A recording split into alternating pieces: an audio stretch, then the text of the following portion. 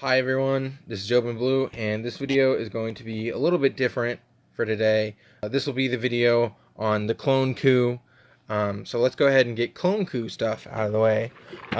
First of all, I think it's really cool that they added a little bit of different kind of stuff to clone coup's box. You got the Fighterz logo, you got Dragon Ball Games Battle Hour. I don't even remember that. I didn't even remember this figure was coming out till it was just like randomly during a Bluefin hangout, and then this thing showed up. I've seen a little bit of Fighterz, not really playing it. I'm waiting till the definitive edition comes out, or whenever that'll be, and I've looked into getting the Dragon Stars figures.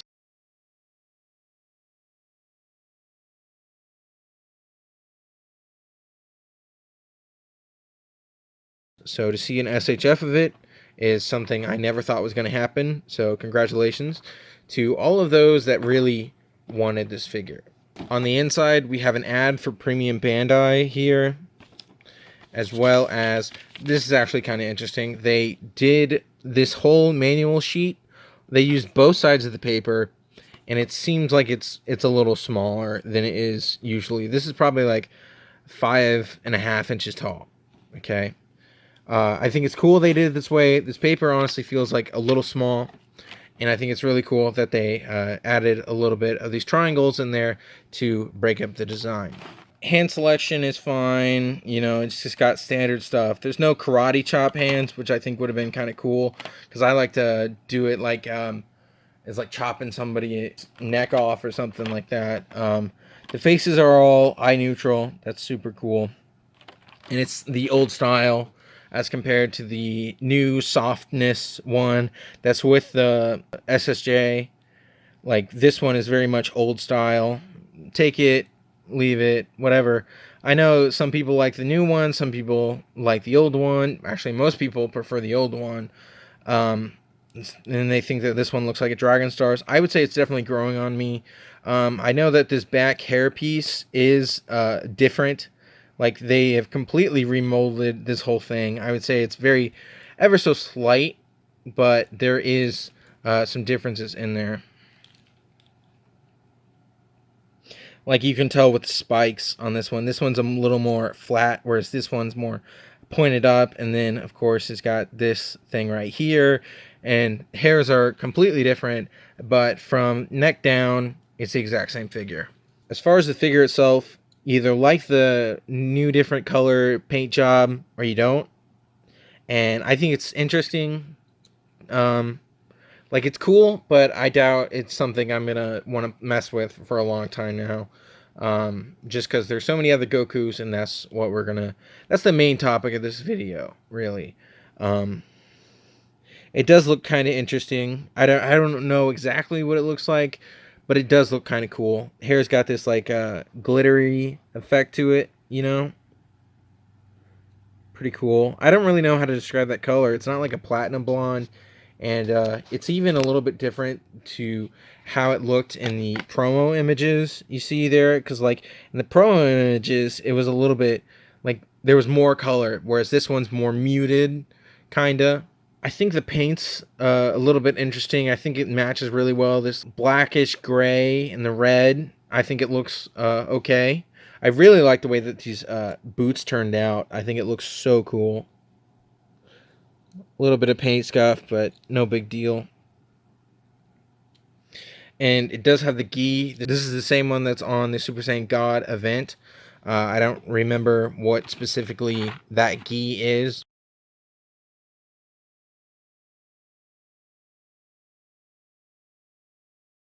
It does not have the inside shoulder cap painted. Like, event exclusive God did that. Full power SSJ does not have it, and SSJ 3 also does not have it. But I really wish they would start doing it on them. I know that Krillin has moved to a system that does not have peg-in caps anymore. Hopefully that's a thing of the past, but for the meantime, I really wish that they would have gone in there and painted that the same color, this darkish gray, because I think it just looks so much better when it's the same color like that, you know. I don't know why they're not doing it, but it would have been really cool. As far as QC issues, there's not really a ton here. I really like how the wrist can move around like super easily. This right here was super tight. I had to go in and lube the inside because it could not kick out very far. Just kind of typical stuff that we've seen on these Gokus lately. I don't know, something's going on with these waists where they are so tight. It's not doing it now, but this one's legs were popping out. Like, I can get this one's legs to pop out pretty easily. Like that. I can't do that on most figures, but I can do it on the full power SSJ, and it did happen during this video's one as well. It's a freaking Goku. It's just, I'm putting a dab right between these two points right here. It does have an ab limiter. This one is actually gray, which is surprising because on the event exclusive UI sign, it had the orange one that was on Azro. It was ripped straight from Azro, and the Ultra Instinct with his shirt ripped off also had the orange ab limiter. So to see this one as gray is very cool. I have not cut it out on this one, but I probably will someday. You just get so much better range. Like, that's a fully bent over out of the package. You barely get any use out of that joint at all. I don't know why they started putting in limiters. I think it's because of Super Saiyan Trunks Armored. He did not have a limiter, and I think that some of the reviews complained about how it looked kind of ugly that there was the gap. But honestly, if those people are so stupid that they can't just kind of like bend that back, then maybe they shouldn't have these figures. Like, if they want to limit their figure to there, that's fine, but I want to take mine the full way, and honestly more because it should be able to get more out of it. This is honestly, even this is pathetic just because, like, as it is now, there's nothing in this little part right here that can like bend forward at all. It just looks dumb, but you know, whatever, each their own. If that's what they want to do, that's what they want to do, and I'm going to cut it out every time. This is basically the full power SSJ with just a different paint job on it, really. That's what it comes down to. Like, the pants are the exact same, the upper torso is the exact same, besides maybe a little bit of paint differences. Like, they both still have that skin tone in here as opposed to the appropriate color. Like, it's very much like if you messed with this figure, or if you messed with this figure, or if you messed with this figure, I mean, let's face it, they all have very slight different sculpt differences to them. They're all pretty much the exact same. What this is really going to come down to is, do you want this Goku in this paint scheme or whatever? And I think that this one is just a figure of really bad circumstances, because as soon as this one was announced, Demoniacal Fit had already announced theirs. I do not have the Demoniacal Fit, just don't have the funds for it. But Sean Long is a toy reviewer as well. He's got a really good comparison between the two in the description. It's not even close to the same. I would say that Tamashi's look so much better. Just this one's like so much better on like the boots, the separation, the coloring of it. It looks more pale, whereas Demoniacal Fit's version almost looks like if you took base Goku SSJ hair and then put it on this like a black and red body.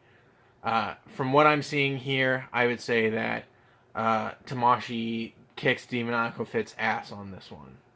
Go check this out in the description for a better look at it.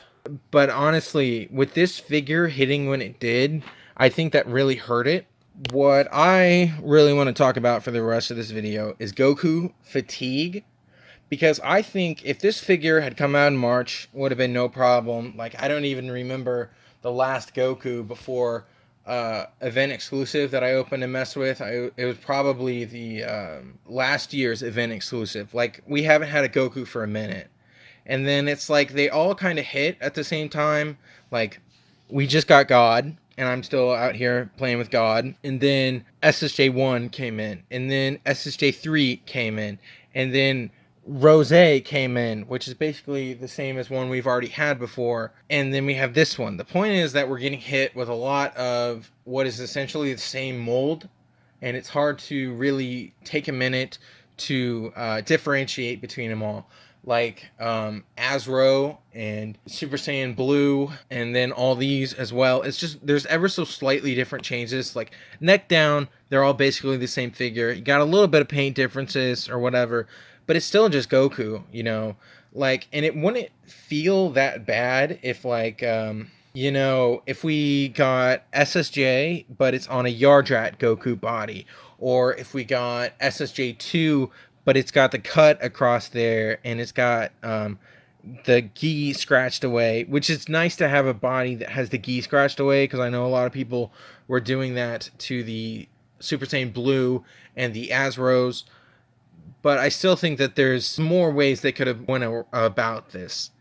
I think we're really getting hit hard with Goku Fatigue right now, because neck down and slight color differences aside, they're all the same figure, and there's no reason that we needed Clone Ku right now. Like, it's cool that we had Clone Ku, but to have just another Goku in a year that's all about giving us Goku, and we didn't even get SSJ2, and we're just about to get SSJ4. But the thing with SSJ4 is SSJ4 is still a completely different body. You know, it's like, and sure, not everybody got SSJ3 because SSJ3 is just a reissue, but it's still just like the point of everything is hitting at the same time. And P Bandai doesn't feel that bad whenever it's like, you wait a month, you get a figure. You wait a month, you get a figure. And sure, we may never get that month back, but we still have time to, like, you know, look at and appreciate the figure. Whereas now it's kind of like shipping issues and like, how long can you cry wolf? Everything's hitting at one time, and it's almost like a Dragon Ball overload. Especially, it's really bad right now with Goku.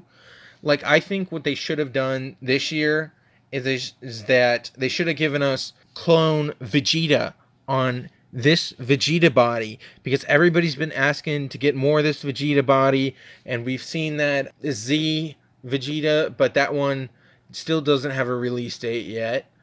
And I think even before now, people were just complaining about Goku Fatigue.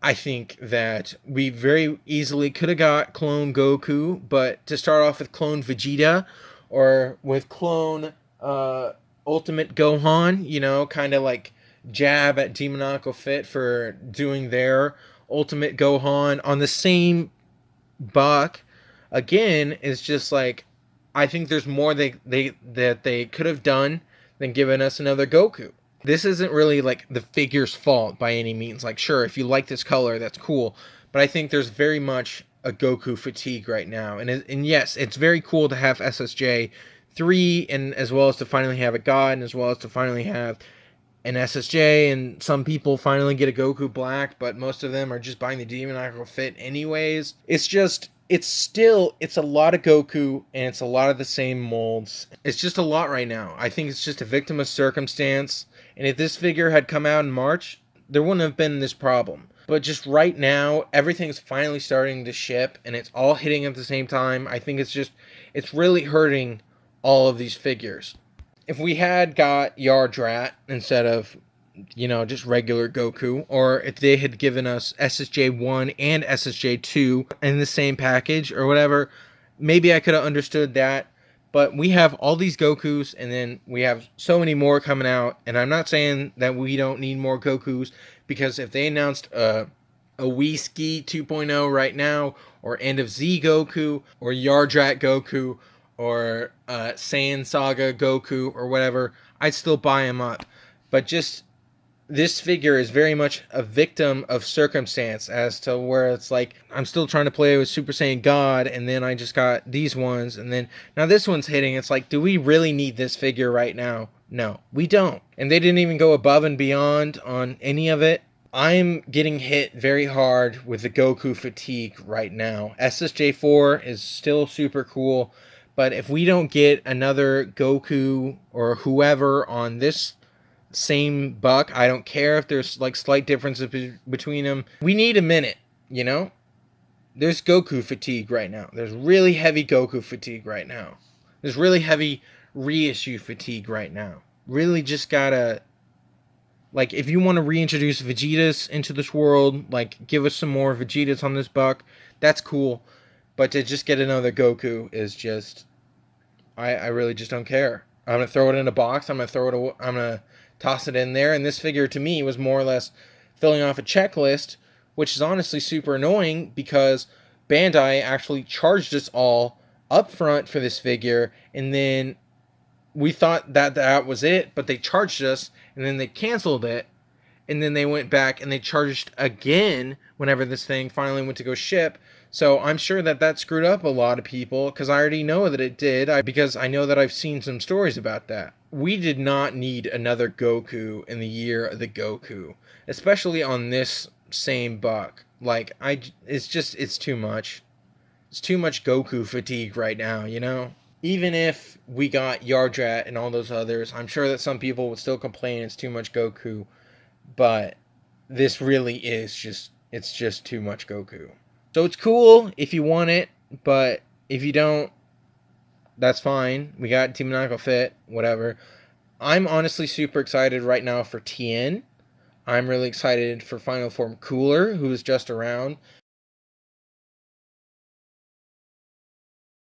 And I'm finally going to get around to opening my hit, so that'll be super cool as well. But right now, there's just some heavy Goku fatigue going on right now, and I'm sure that I'm not the only one that's feeling it. This has been Jobenblue. Thank you all so much for watching, and I will see you in the next video. Goodbye.